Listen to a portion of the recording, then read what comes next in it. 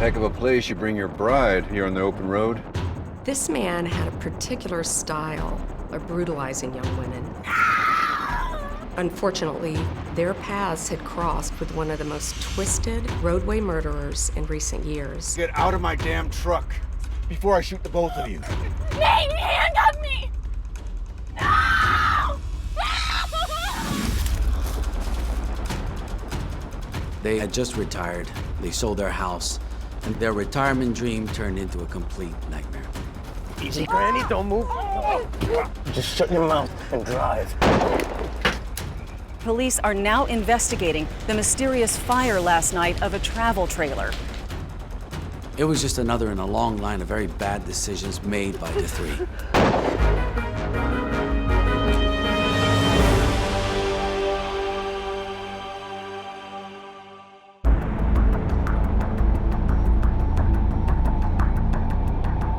America's highways have always been a primary thoroughfare for serial killers, enabling them to move from state to state, committing crimes in areas where law enforcement is almost non-existent.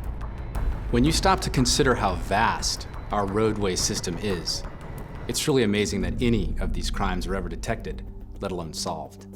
Very tragic news today in the search for Nate and Bonnie Kozlowski, the newlywed preachers from Seattle who went missing from the San Antonio area back in October after officials say they apparently hitched a ride at a truck stop. Apparently, officials have now identified the remains of 29-year-old Nate Kozlowski. Authorities also say Mr. Kozlowski died of a gunshot wound at very close range before his body was disposed of.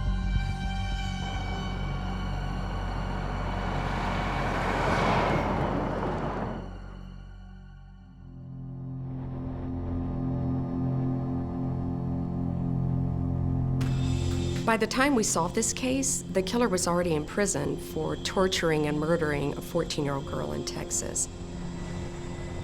This man had a particular style of brutalizing young women. Unfortunately for Nate and Bonnie, their paths had crossed with one of the most twisted roadway murderers in recent years, a long-haul trucker named Rodney Reeds.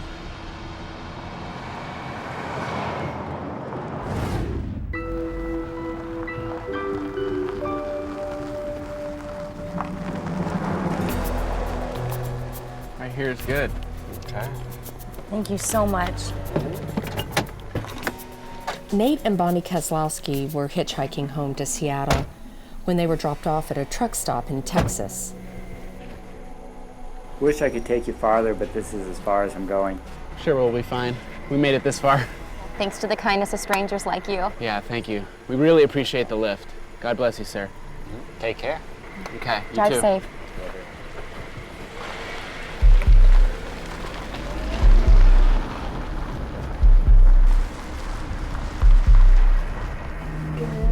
Looking for a date? Sure. Well, this is interesting. They had been traveling for several days. You can go eat over there on the bench. They were in the South, where they had taken a finishing course at an evangelical college. They were actually both studying to become preachers. Well, we'll fuel up here. Yeah. But what if no one's headed west? Oh, I'm sure we'll be fine, honey. Let's eat. Oh, good. I'm so hungry. Bless this food, Lord, and bless us safely on our journey. Amen. Amen.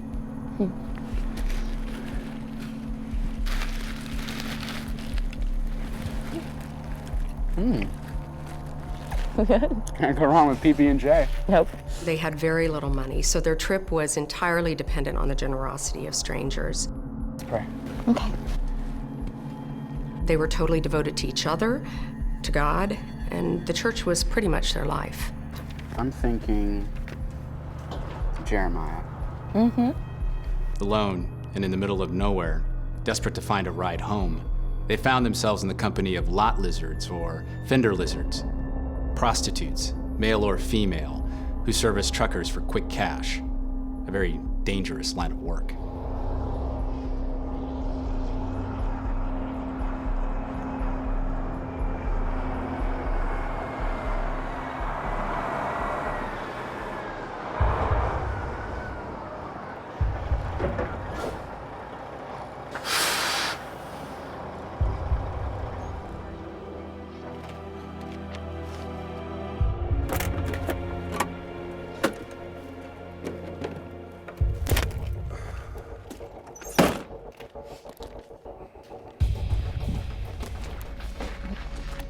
Like many serial killers of his type, Rodney Reeds preyed upon people who were vulnerable and relatively anonymous. People in a liminal state, more or less off the grid. And who was led astray by it, it's not wise. Afternoon. Oh, hi there. Hi. What's a nice couple like you doing in a hellhole like this? Oh, we're just passing through, on our way to the northwest. To Seattle, actually. You wouldn't happen to be going that way, would you? Well, I'll tell you what. I gotta check with my dispatch, but it might be good for a lift to Carson City if that'll work for y'all. Yeah, that's great. That would be a big help. Thank you. Sure. Let me just use the little boy's room and get some coffee, freshen up. I'll be right back. Okay. Thank you. We're going home. Rodney Reeds had a way with people. A very easy Southern manner. He's very charming, clean cut. He acted very normal and had a knack for persuasion. I remember when we had him in custody, a rookie agent said to me, "Sir, he doesn't look evil to me at all." I said, "Yeah. How do you think he got away with it for so long?" Always works out.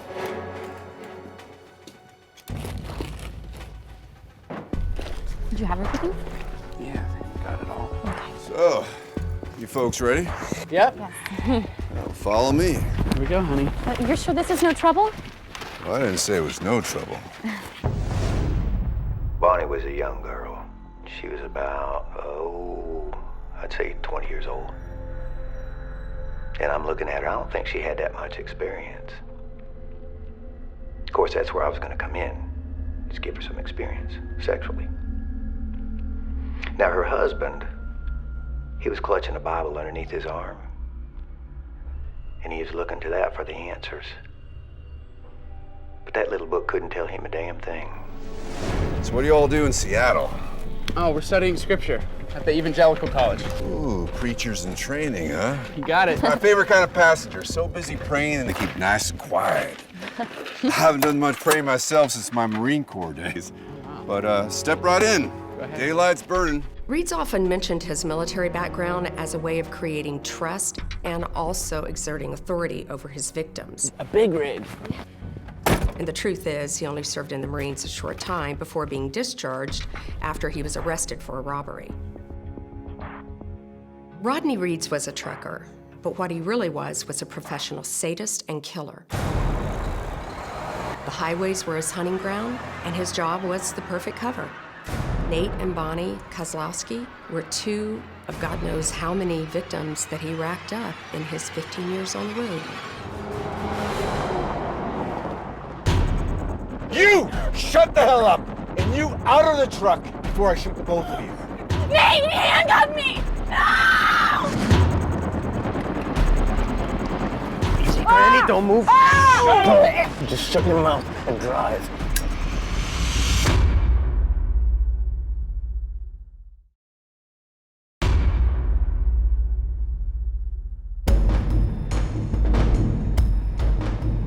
Rodney Reeds managed to meet his obligations as a trucker, returning to his evil den only when he felt the need. For him, it wasn't enough to kill for his psychosexual gratification. It was more about maintaining a ritual over several days. So how long you guys been married? It's been about a year, actually. Newlyweds, huh? Yeah. You got it.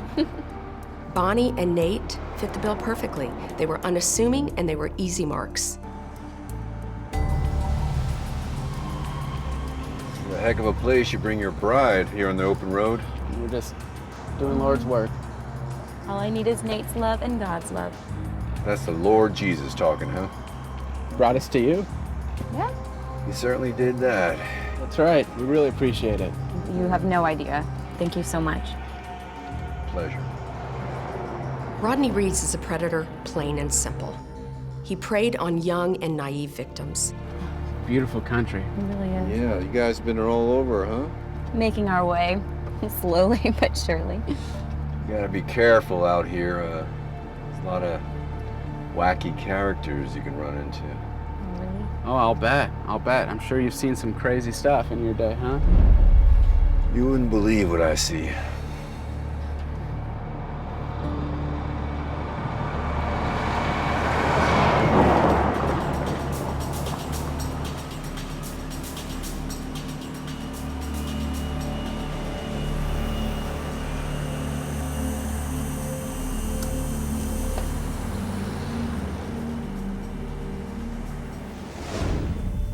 particular couple had an air of innocence about them. So you've been doing this long? All in? About 15 years. Wow. Gosh, it must be hard. Hard? Yeah, you know, long nights, lonely hours, all that time away from your family. Your family? Do you have a family, sir?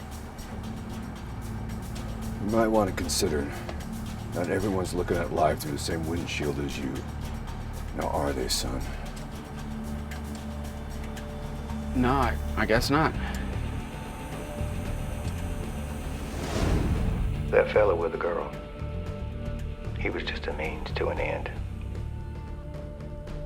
And when I reached my end, so did he.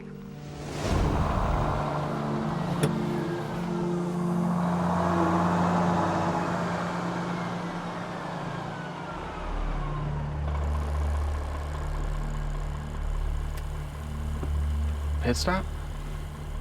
That's one way of putting it. Reitz had driven up the I-35 a relatively short distance before he reached whatever remote spot. According to his methodology, was far enough from where he picked them up. And apparently it was time for him to lighten his load. Is everything okay, sir? You, out of the truck. Sir, we don't have any money. If you want money... What I want, young man, is for you to get out of my damn truck. Sir, please. You shut the hell up! And you out of the truck! Kick rocks before I shoot the both of you. Okay, it's okay. Don't hurt her! It's okay.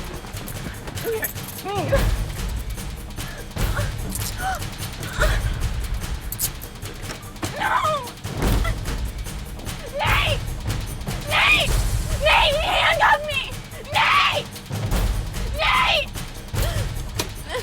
Please, sir. We're just gonna go, okay? If you just let us leave, we're just gonna leave.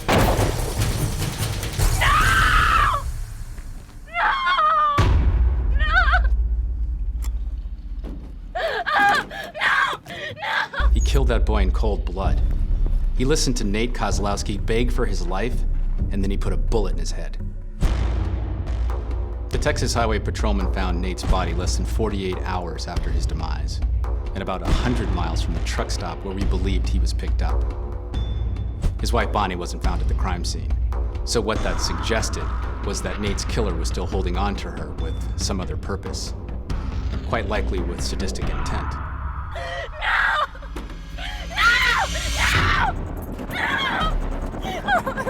Just get in the back.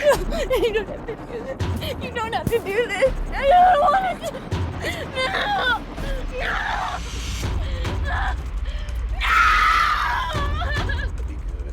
That's when Bonnie was introduced to one of the more harrowing aspects of this tragedy. Because hidden in his sleeper cabin, Reitz had constructed a mobile torture chamber. He'd built hooks into the wall and ceiling to which his victims would be chained and strung above a dirty mattress. No, please. Please.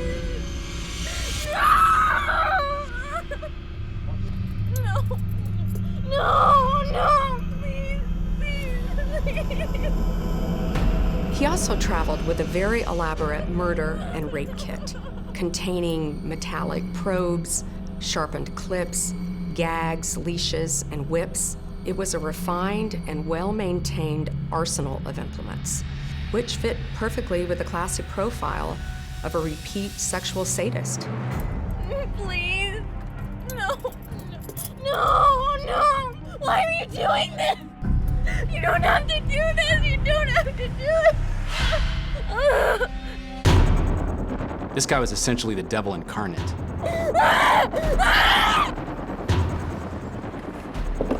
Jeez. Guns. Do you have a gun? They were alone in a remote location. No! No! Please! Please!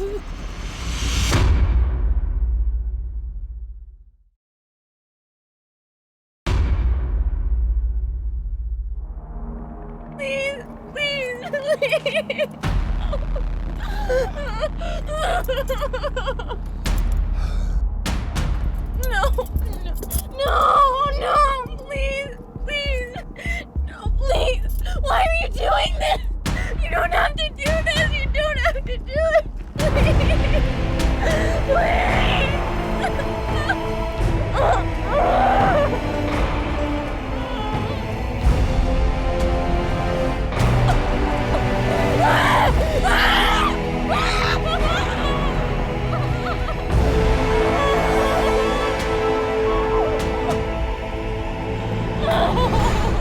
It's a frightening thought that a young couple would cross paths with a long-haul trucker who'd been using his truck to satisfy his lust for torture and murder. This guy was essentially the devil incarnate. It's awful to think about, but it happened to Bonnie and Nate Kozlowski at that South Texas truck stop. Do I think she deserved this? What am I supposed to say? No? Yes? Let me ask you, what do you think? You think she deserved it? I know she got what was coming to her. A calm and beautiful strip of Nevada highway has turned into a grisly crime scene this afternoon as police have uncovered human remains in a hidden patch of Great Basin sagebrush here along Route 93. According to early forensic reports, is the body of a young woman. Bonnie's skeletonized remains were found 2 years after she disappeared. She'd been shot several times. By the time we confirmed Bonnie Kozlowski's murder, her case fit like a transparency over a decade-old homicide in Houston, a 14-year-old Alexis Franklin, for which Reeds had just been convicted and was serving a life sentence.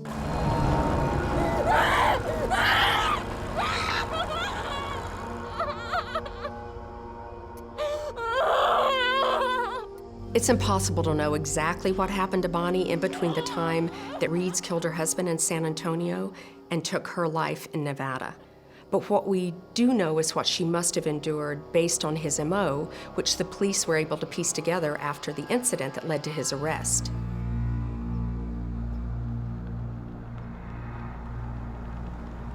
The key moment in unlocking the mystery of Rodney Reeds actually took place in Utah, a few months after Bonnie's disappearance.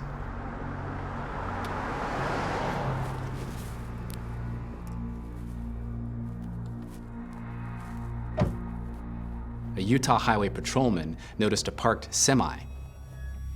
He approached the cab, but the driver was nowhere to be seen.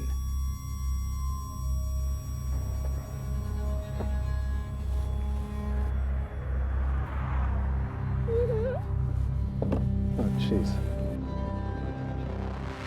What he did find was a woman bound, gagged, and chained to the inside of the sleeper portion of the truck. The woman, Christine Petrie, was severely beaten and barely had the strength to respond to the officer. Miss, you need to look at me, all right? Is the person that did this to you, are they in the area right now? You're gonna be okay. I have paramedics coming. You're gonna be fine. Be right back. 2211, I need to back up.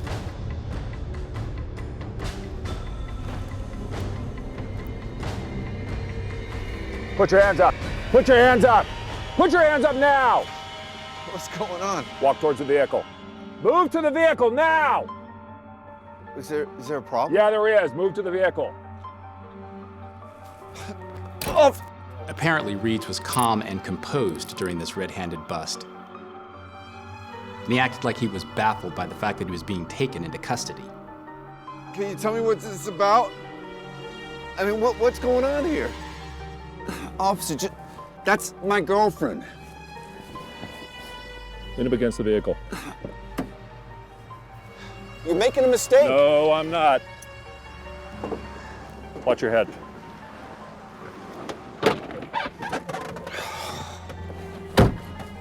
Rodney Reeds never saw the outside of a prison cell after that. I got you. You're doing good. One more step. Okay, go with the detective, all right? Good job. Come with me, honey. Because with this surviving victim's testimony of what she'd been through while in captivity, we were able to piece together a series of connections back to the unsolved Texas murder and eventually put that monster away for life.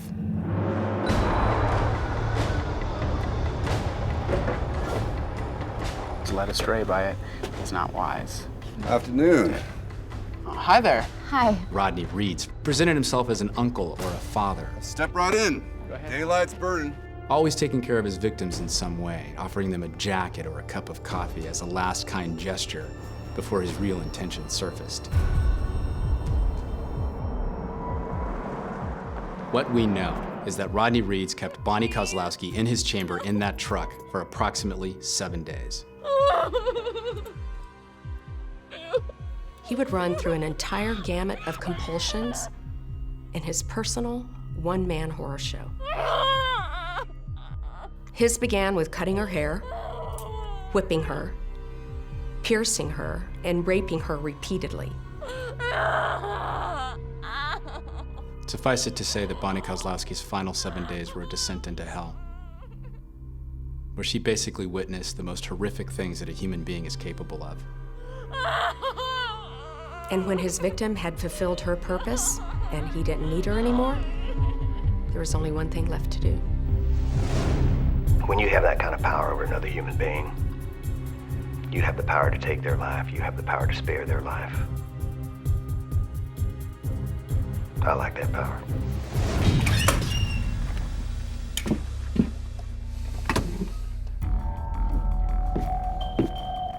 Trucker's life suited me just fine. I didn't have anybody looking over my shoulder, telling me what to do, what not to do. And that's when I felt freedom. If any of us are ever truly free. But I made some mistakes. I got a little careless. But I had a good run. I had a very good run.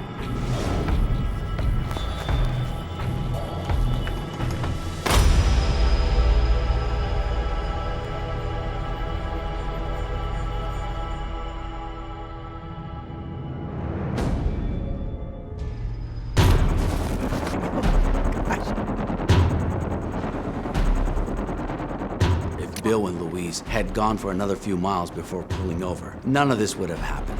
Easy, Granny, don't move. Their retirement dream turned into a complete nightmare. Just shut your mouth and drive.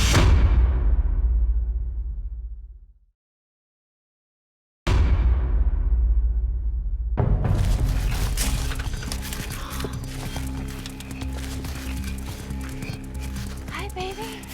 She got anything smaller? Come on.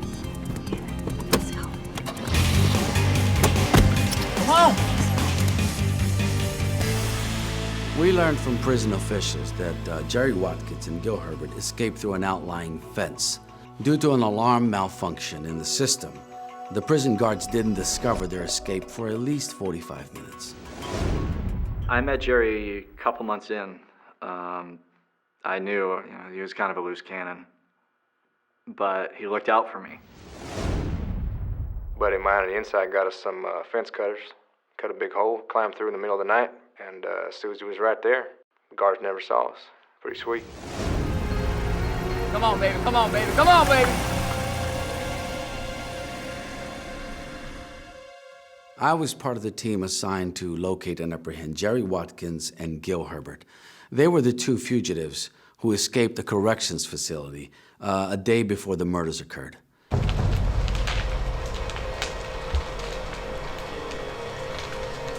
It is a tragic scene here off Interstate 20, halfway between Albuquerque and Las Cruces, where police are now investigating the mysterious fire last night of a travel trailer. Now, they have told us that inside they have found the bodies of two elderly victims. They are investigating the charred remains. There are no identities being released as of yet, and police are trying to figure out exactly what happened here.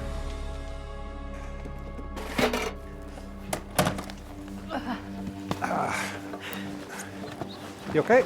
I'm fine, sweetie. I can't believe we're actually leaving. Bill and Louise Gladstone. They were both in their mid-60s. They had just retired. They sold their house, and they were heading out to a camper community in northern New Mexico, where they were planning to live out the rest of their days. By everyone's account, they were just a nice elderly couple who, like many people their age, bought a camper and retired on wheels. Unfortunately, in Bill and Louise's case, Their retirement dream turned into a complete nightmare.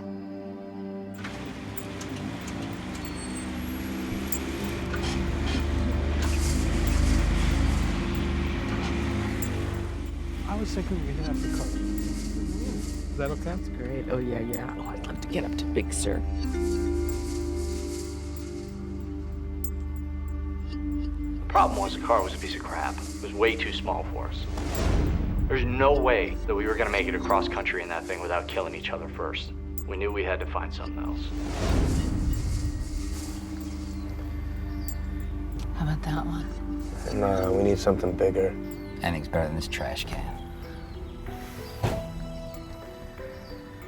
They're all evening. You get the paper. There we go. It's got plenty of room. We can bunk in the trailer. Jerry, what about those old people, man? Don't worry about those old people, Gil. Put a knife up their grandma's throat. Grandpa won't do a thing. All right, look, they're getting ready to go. Oh, Jerry wanted that trailer bad.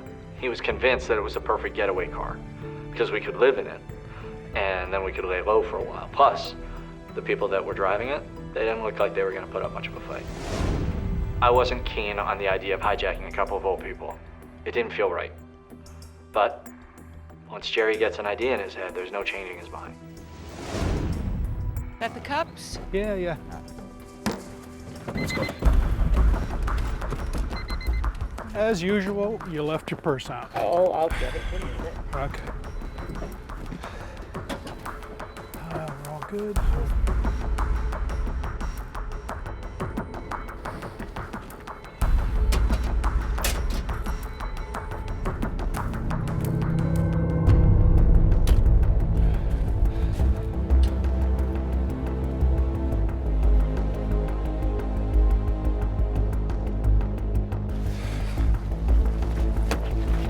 Easy, Granny, don't move. I wouldn't do that if I were you, Pops. All right? I opened that glove box, I found a can of mace in there. Please, don't hurt her. Don't hurt her. All right, everybody in the car. Shut up. All right. Pops, you're driving. Don't try anything funny. Okay, okay. Just don't hurt her. Come on. Drive! You just shut your mouth and drive, and everything will be fine. You got me? Shh. Drive, man. It was one of those situations where if Bill and Louise had gone for another few miles before pulling over, or if they had left their house a few minutes earlier or later, none of this would have happened. They could have gone on with their lives without having to face this tragedy.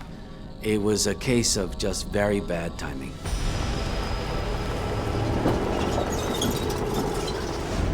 I didn't really have a plan about what to do with the old folks. I just knew we needed their ride, and I couldn't leave them there. There's too much heat on us. I just wanted to get on the road.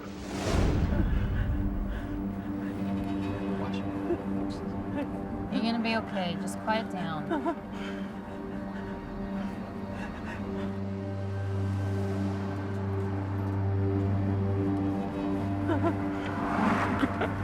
It's gonna be okay, babe. Yeah, no. You just focus on what's ahead of you. I am. You get what you want. Nobody gets hurt. All right, that's enough. Tell him we have money. Stop talking. Please let us go when you're done. You can have the car, you can have whatever you need. Stay on the road. You want us to get pulled over? Susie, keep her quiet. What am I supposed to do? I don't know. Keep her quiet. She's making me nervous. Keep her quiet. Stop looking back there. Keep your eyes on the road. I'll tell you where to turn.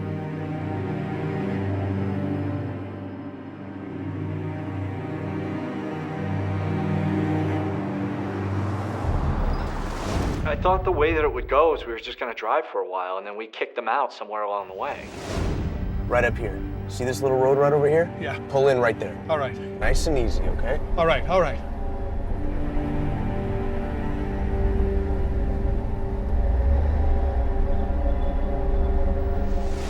I just pulled off a dirt road because I wanted to get off the highway. Just wanted some time to think. Nothing else. Right there. That's good. Stop. Get everybody out of the car. Take him around front. Wait for Get me, out. old man. Wait for me. Come on. I'm coming. Let's go. Bring him around. You can take the truck, but let us go, please. I figure we just leave them out here in the woods.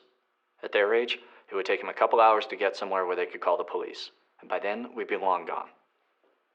But Jerry had a different idea. All right, give me all the money you got. Yeah, I got Hang on. Look. The money you want. All right, what about guns? Guns? Guns! Do you have a gun? No. There's a handgun in the trailer. All right, let's go. Take me to it. Gil, you want to give me a hand? I'll take a leak. Right now? I'll be back in a minute. Come on.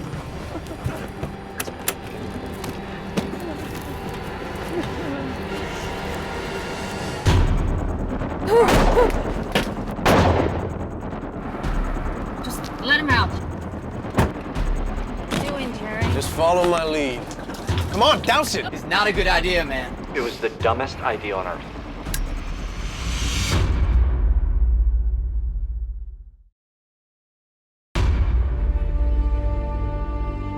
Do you have a gun? No. There's a handgun in the trailer. All right, let's go. Take me to it. Come on. Gil, you want to give me a hand? I'll take a leak. Right now? Yeah, I'll be back in a minute. It's good. Come on. I know he was pissed when I left, but I know Jerry. Where there's guns, there's trouble. And whatever he had in mind, I was gonna end up being an accomplice to it. I mean, who was gonna believe me? I was a fugitive already. It's right here. It's right here. Grab it slow, Gramps. I've got it right here. No. No! No! No! No! No! Please! Please! That old man had some fight in him. But he wasn't the one going back to prison if he was caught. So I had more fight than he did.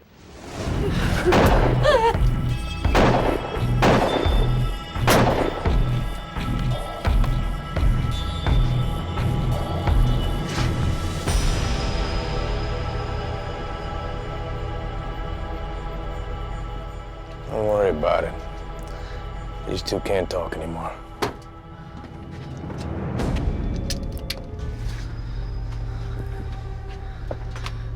I didn't like the situation, but I was kind of backed into a corner, you know? What was I supposed to do? Just leave two witnesses standing in a field? In my mind, they had to die. When I heard that gun go off, I knew that it was really bad. It's one thing to be wanted. It's another thing to be wanted for cold-blooded murder.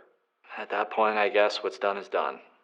I didn't think those old people needed to die, but I knew I was going to take the fall for it, so I went along for the ride. We had to kill him.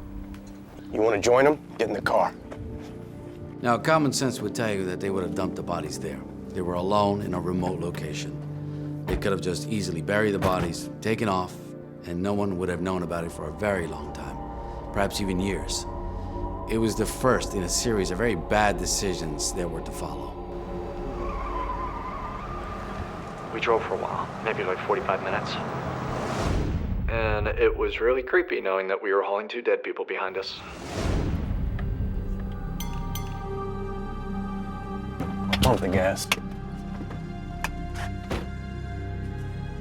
I figured somebody had to see us at the rest stop or heard the shots. Either way, I just wanted to fill up, get on the road before the cops caught up to us. What I didn't figure was those old people had their own way of slowing us down.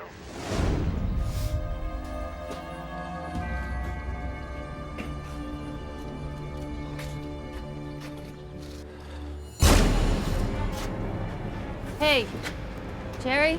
Yes, dear?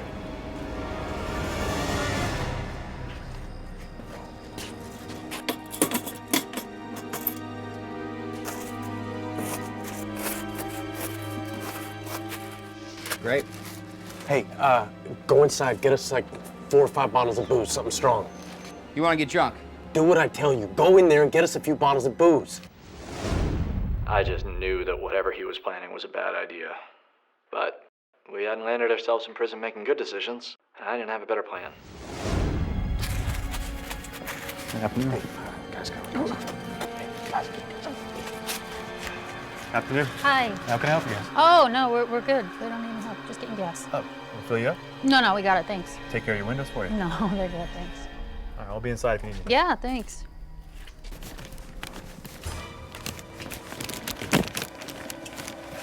I got it. All right, put it in the car. We actually have footage of Gil going into the store and buying liquor. The stupid thing was that they bought the whiskey, but they drove off without ever paying for the gas. If they were trying to be inconspicuous, they certainly weren't doing a very good job of it. We surmised that it was just after 6 p.m. when the three pulled into the remote clearing, with the bodies of Bill and Louise Gladstone still in the back of the trailer. At that point, they detached the trailer from the truck, and while planning for their next move, they waited for it to get dark.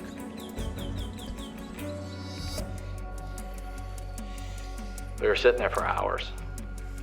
Well, I was sitting there. Jerry and Susie were doing their own thing up at the front seat. I guess he was making the most of being out of prison.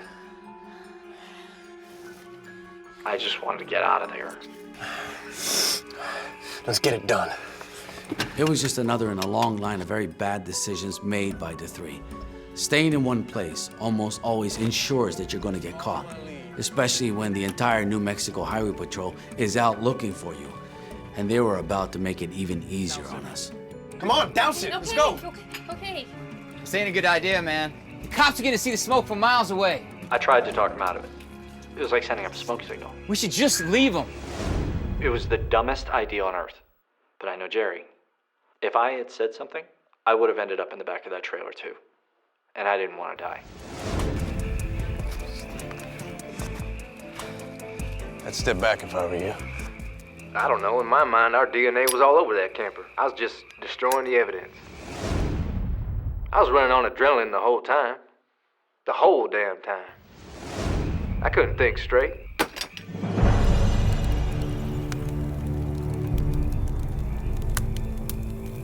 Made me sick to my stomach. Watching the fire blaze up like that. The two old people inside, they didn't get a proper burial.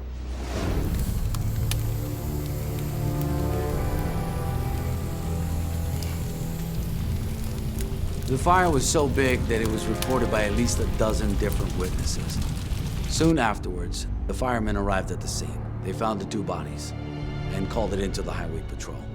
We got a possible ID from the VIN number on the camper, and later ID'd the bodies of Bill and Louise Gladstone through their dental records. We didn't stay long. We watched it burn for like 5 minutes. Then we hopped in the truck and took off.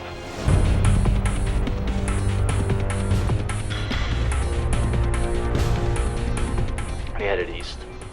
That's when I knew I had to get out. Jerry. What? Let me out of the car. What? I want to get out. I ain't running. What? What the hell are you talking about?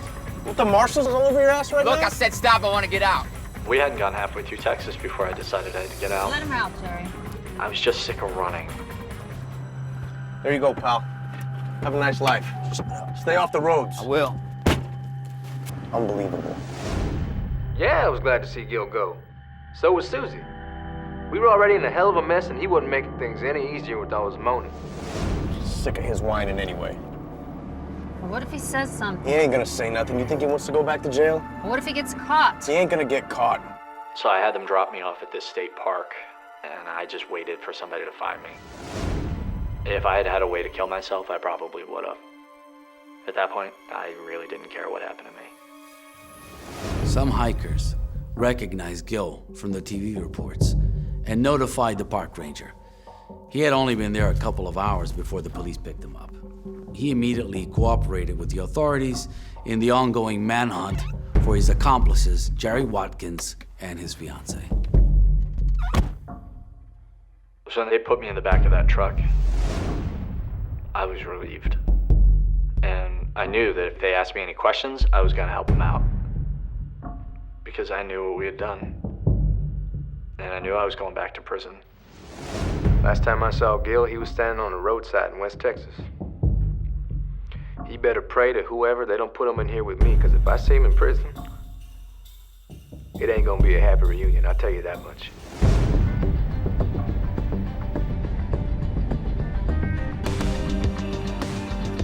Oh, no. That's them. Damn it, damn. Cover your hands! Hands! Put it apart! We hit a roadblock on I-20 heading into Louisiana. We wanted to flip a bitch and hightail it out of there, but those cops just swarmed all over us. The party was over. To your left, my right! I have a weapon! I have a Don't weapon! reach for the weapon, I will shoot you. Turn around, face away. Walk back to my voice. They were caught 2 miles from the Louisiana border and taken back to New Mexico. Gil was transferred separately. Officers realized that he wanted to talk, so they kept him away from Jerry. Apparently, Gil began confessing to the crime almost immediately. The disturbing case of retirees Bill and Louise Gladstone, who were murdered for their travel trailer by a couple of escaped prisoners, has finally reached its just conclusion this afternoon. Fugitive Jerry Watkins was found guilty of first-degree murder in their shootings, along with charges of kidnapping, fleeing custody, grand theft auto, and transporting firearms across state lines. Meanwhile, fellow escapee Gil Herbert avoided a murder conviction by cooperating with authorities on the case. Susan Tripp, Watkins' fiancée and their accomplice, was found guilty of being accessory to murder and also aiding and abetting a fugitive. Sentencing is set, however, none of the three are expected to see the outside of a prison for a very, very long time. I think this is where I belong. I didn't realize it the first time around, but now it's pretty clear. And if and when I do get out of here, I'm gonna have to live with what I did. I'm never gonna be free of that.